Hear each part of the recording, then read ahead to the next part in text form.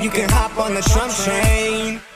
If you are excited to potentially watch the left devour themselves like ravenous hyenas devouring their own cubs, then get excited. So I was browsing Facebook today, and across the news feed came an article from a publication called The Slot, which is one of those garbage Gawker media sites that you would only read by accident, hopefully. Anyway, Prachi Gupta is the author, to give credit, and apparently Alexandria Ocasio-Cortez, the individual who defeated 10-time Democratic Joe Crowley, has just been informed that Joe Crowley will not be taking his name off the ballot. Joe Crowley is apparently not necessarily mounting a third-party campaign, but he's just neglecting to take himself off the ballot. So a little bit of background, just in case you've been sleeping under a rock or have a terrible memory or just tend to block things out that make you upset. Alexandria Ocasio-Cortez, 20-something-year-old barista who is now the frontrunner for New York's District 14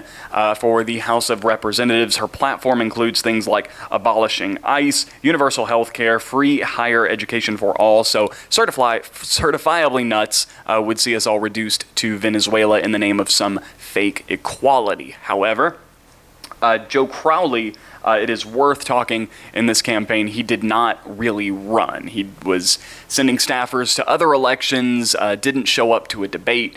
Apparently he had run uncontested many times, so he basically was just on autopilot, not at all paying attention. This is a district that is 50% Hispanic, and it saw a pathetic 11.8% turnout.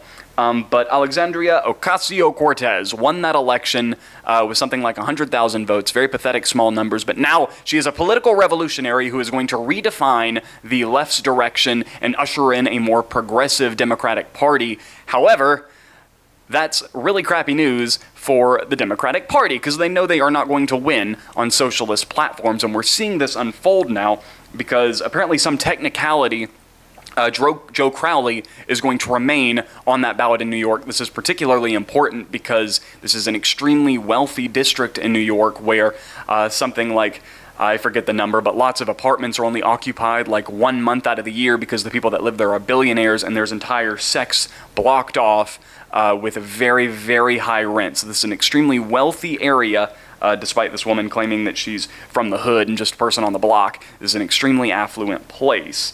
But she has been hailed by the left as this sort of revolutionary, but now the Democratic Party is obviously beginning to shudder a little bit. So she goes after Joe Crowley on Twitter, saying that he stood her up for all 3 scheduled concession calls following this fake election, and now he's mounting a third-party challenge against me and the Democratic Party against the will of the party. And then Crowley responds, essentially talking to her like a small child. Crowley says, "Alexandria, the race is over, and Democrats need to come together. I've made my support for you very clear, and the fact that I'm not running," he wrote. "We've scheduled phone calls, and your team has not followed through. I'd like to connect, but I'm not willing to share my grievances on Twitter." So talking down to her a little bit right there.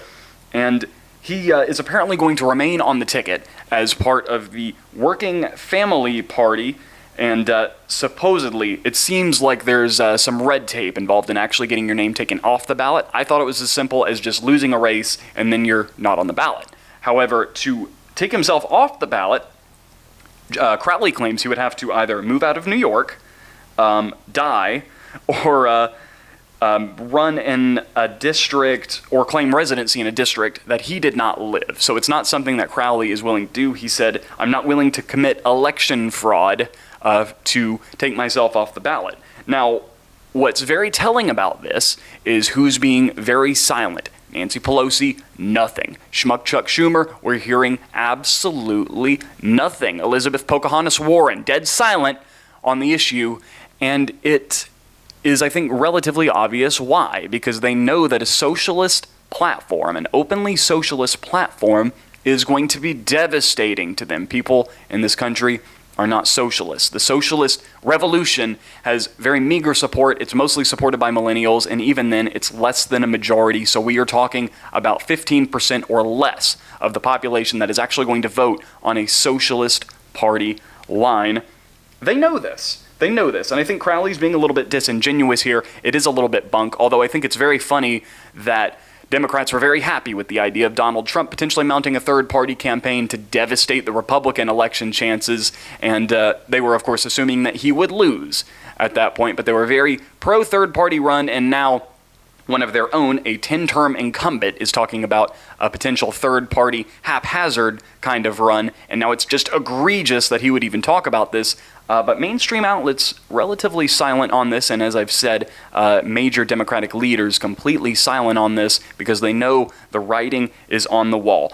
Bernie is probably the most successful socialist politician of our time, and he lost. He is one of the most popular figures in politics right now in terms of his likability, and he lost to the least liked candidate in the history of the country, as far as I know, certainly since I've been alive, and he lost. There is no way that Democrats are going to be able to garner routine positions in high-ranking spots in government on a socialist platform. They know it.